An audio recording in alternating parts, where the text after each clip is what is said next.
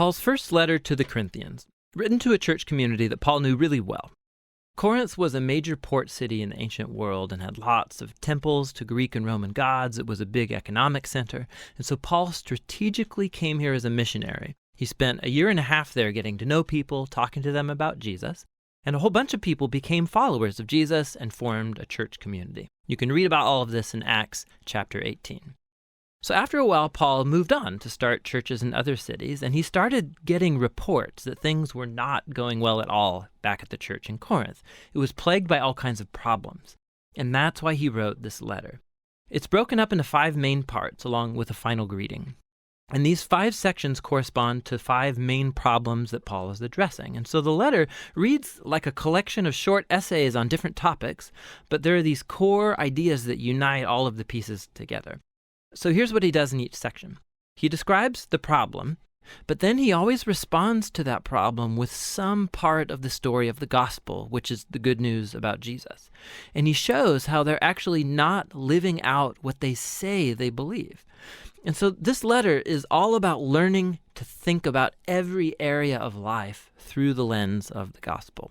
So let's dive in and see how he does it. In chapters 1 through 4, the problem is that there are these divisions in the church. There are some other teachers who had come through town since Paul left, a guy named Apollos and then Peter, and people had picked their favorite teacher and then became groupies around that leader and then started to talk bad and disrespect people who favored another leader or teacher. And so Paul, his response to this is kind of sarcastic and sharp. He says, you have to be kidding me, right? The church is not a popularity contest.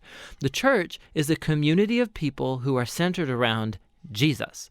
Its leaders and its teachers are simply servants of Jesus. So while you might prefer one leader more than another, it's not worth dividing over and certainly not speaking poorly about each other. The center of the church is Jesus and the good news about who he is and what he's done.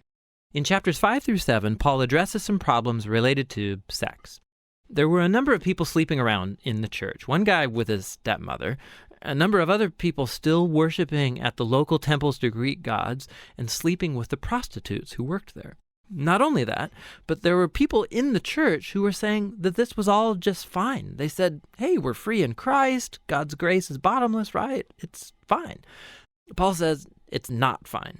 And with the gospel in hand, he shows just how wrong-headed this kind of thinking is. He says, remember, first of all, Jesus died for your sins, including the ruin of broken relationships that's caused by sexual misconduct. And so if you're a Christian, sexual integrity is one of the main ways that we respond to Jesus' love and grace. Paul also reminds them that just as Jesus was physically raised from the dead, so our bodies will be raised from the dead, which means this. If your body is being redeemed by Jesus now and in the future, then what you do with your body matters. It matters a lot. And it's not yours to do whatever you want with. Paul's being super clear. Being a follower of Jesus involves no compromise when it comes to sexual integrity. In chapters 8 through 10, the issue is about food, but not just food preferences, like do you like or dislike a certain food. The issue the Corinthians were divided over is meat that came from animals sacrificed in the local temples to Greek and Roman gods. And there was a split between the Jewish and non-Jewish Christians about how to respond to this issue. And once again, Paul appeals to some core ideas from the gospel. He says our allegiance, first and foremost, is to Jesus as Lord, not to any other gods. And so if you're in a situation where there's meat that's been dedicated to another god, and there are people around who might watch you and conclude, oh, look, hey, Christians worship Jesus, and they can worship other gods too. Paul says if that's the scenario, don't eat the meat. Your loyalty is to Jesus, and you should love those people more than yourself and not mislead them. But Paul quickly qualifies this and says, listen, as Christians, we believe God is the creator of all things, including that animal. And the temple idols, we believe, are just pieces of wood and stone. So if there's no one around who's going to misunderstand your actions and you're hungry, eat up. You're free as a new human in Christ to follow your conscience in these kind of debatable matters. So what makes it okay in one situation to eat, but not in the other? The core principle is love. Love will deny itself and look out for the well-being of other people. And love, God's love, is at the core of the gospel. It's what Jesus did when he died for us, and so Paul says it's what Christians should do for other people. In chapters 11 through 14, Paul moves on and addresses problems in their weekly worship gathering. There were some people who were having really powerful spiritual experiences in the gathering, and so they would start praying out loud in unknown languages. There were other people who might start sharing a teaching or a word from God, and then someone would get up and interrupt them because they wanted to share.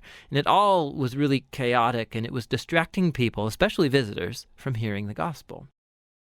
So in these chapters, Paul helps them think, first of all, about the purpose of this gathering, to help them see what kind of behaviors are appropriate.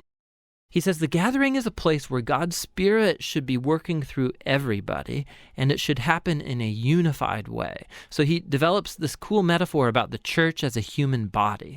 It's one, but it has all these different parts. And each part serves a unique and important role. So he goes on to name a whole bunch of things that the Spirit does through all these different people, all for the building up of the church. That's a key phrase in these chapters. And Paul concludes that the highest value in the gathering should be a concept central to the gospel, God's love. And love is a key word in these chapters too. Love will compel each person in the gathering to use their role to serve and seek the well-being of others. So Paul applies all this to the Corinthians' problems. Some people think the purpose of the gathering is to have intense spiritual experiences or to get a chance to speak their mind. And Paul says, listen, I'm a big fan of powerful experiences of prayer, but if it distracts other people or freaks them out, I should stop it because I'm loving myself more than I'm loving those people. The gathering around Jesus should be orderly so everybody can learn and sing and worship and hear God speaking to them. The last problem Paul addresses is the issue of Jesus' resurrection and the future hope of Jesus' followers. There were some people in the church who were saying that the idea of resurrection is ridiculous and doesn't really matter to being a Christian. And Paul reacts to this big time. He begins by saying that the resurrection is an indispensable part of the gospel.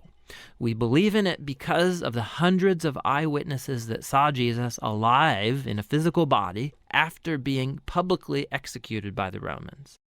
If Jesus didn't rise from the dead, Paul says, then his death was meaningless. We are all still lost in our sin and selfishness. We should just stop being Christians. Paul then shows in detail how the resurrection was Jesus' victory over death and evil, how it's a source of life and power for us now in the present, and how it's a promise of future hope for the whole world. It's because of the resurrection that we have a reason to be unified around Jesus.